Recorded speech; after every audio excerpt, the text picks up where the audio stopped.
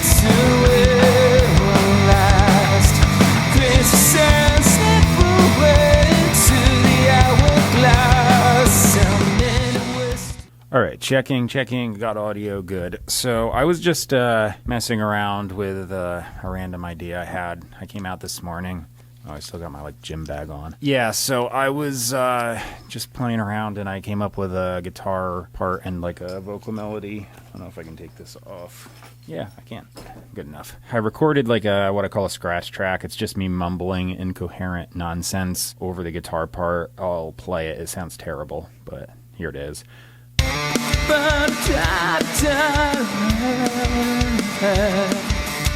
So it's kind of like that. The chorus gets worse. Did I just say this? But if you're new to the channel, I write original Christian rock. I know I said I'm Aaron Hallett, but whatever. I don't play in these things. I just turn the camera on and go.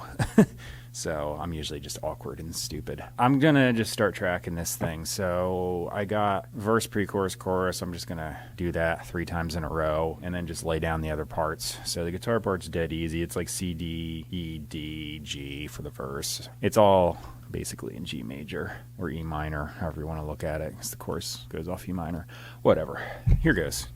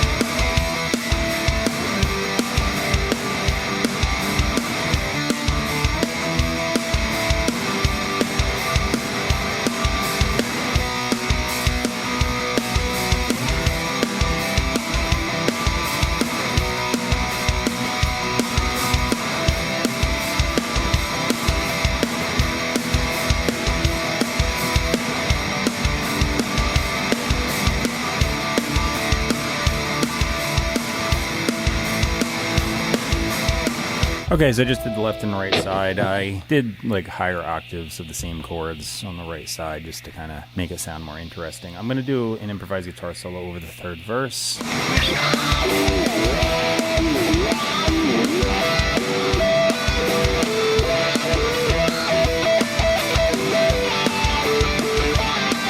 The guitar solo's done. I'm going to do a bass part. And by the way, I don't know if I mentioned it, but the drum loop you're hearing, that's just to keep time. It's going to go away when I actually record.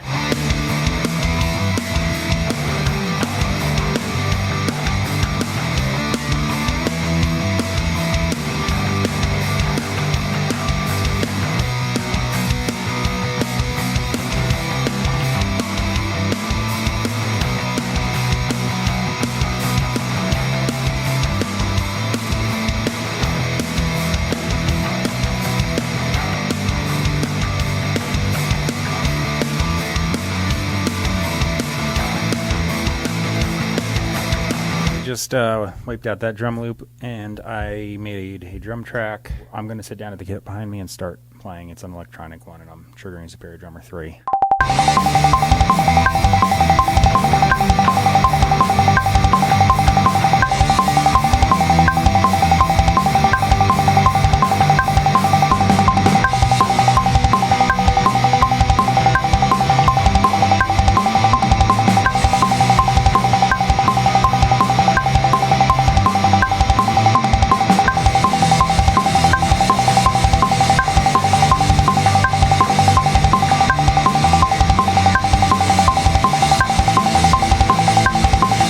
Finished up the drums and I just put down some lyrics really quick. I kind of have the melody already. I got it here for reference. That's like the garbage scratch track I did. Anyway, I'm just going to start singing this thing through, so here goes. All that you've been to it will last. This and slip away to the hourglass. How many wasted days go by? That's plenty to get away. That's just a lie. Nothing's gonna change. Like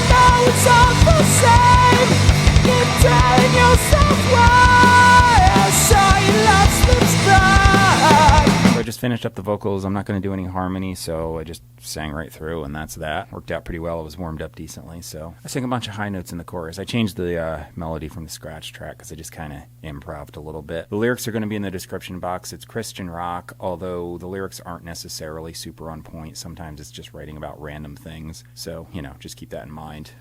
Don't read too much into it. Up above, you're going to see where you can purchase and stream my music, so it's like iTunes, Amazon, Spotify, and all of the online retailers. If you use one of those in the list, just go to their search bar, type my name in the search bar, which is Aaron Hallett, the same as the YouTube channel, and you should find me. Up above that in the description box, you're going to see PastorMelissaScott.com. I put that there because that's like the best Bible teaching I've ever seen, so I decided I'm going to put that in my description box and let people click on it and see really awesome stuff. Most other churches are going to do things where they take subjective ideas, outside opinions, denominational skews, or even just personal opinions, and they take like random scriptures out, and they'll say, okay, look, my idea is this, and this agrees with it. But they're taking text out of context. That's error. So you shouldn't be reading the Bible like that. You need to read the whole thing in context, even going into the original languages and whatnot, because there's a lot of meaning lost when you go from one language to the other. And if you don't believe me, try Google Translate. So a lot of idioms are lost, and also, like, say, the Greek in the New Testament, a lot of precision in that language is lost to English. They go into the translations, and they actually know how to do them. So there's a lot of research being done, historical context, and all sorts of things. And if you go to their website, they got a lot of notes, like study notes and stuff on things they've been teaching. There's 50 years combined teaching between Pastor Melissa Scott and her late husband. He pastored from 1976 to 2005. She took over from there. Their teaching style, aside from a couple like slight nuances, is pretty similar, and they're teaching the same stuff because the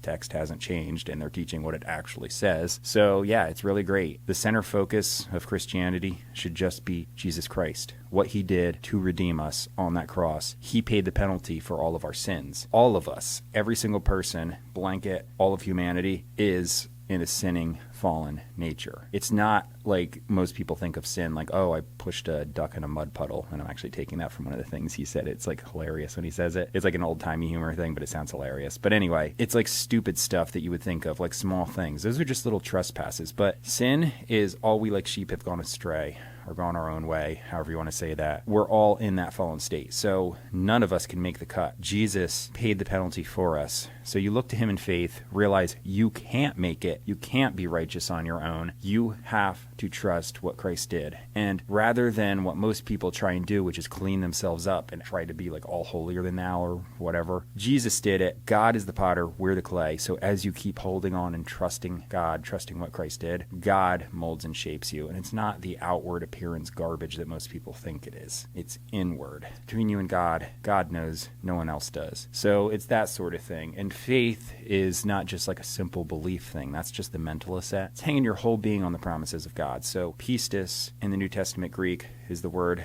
generally being translated into faith or belief. It's an ongoing, continuous action verb. You have to keep faithing actively, continually, and it's a command form even. Like, you have to continue actively faithing your whole life. And as you do, salvation is a process through your whole life where God is changing you and molding you. Remember the potter and the clay. You have to keep holding on. So yeah, they're teaching that which is actually biblical, and it lines up with the language that the writers were writing in. That's what they were saying. So when you go to English, it's screwed up. So you have to realize that. Check it out. Great teaching. Awesome stuff. Can't say enough about it. If you want to keep seeing my stuff, subscribe, like, comment, share, and you'll keep seeing me. The song's coming up right now, so I hope you enjoy it. Later.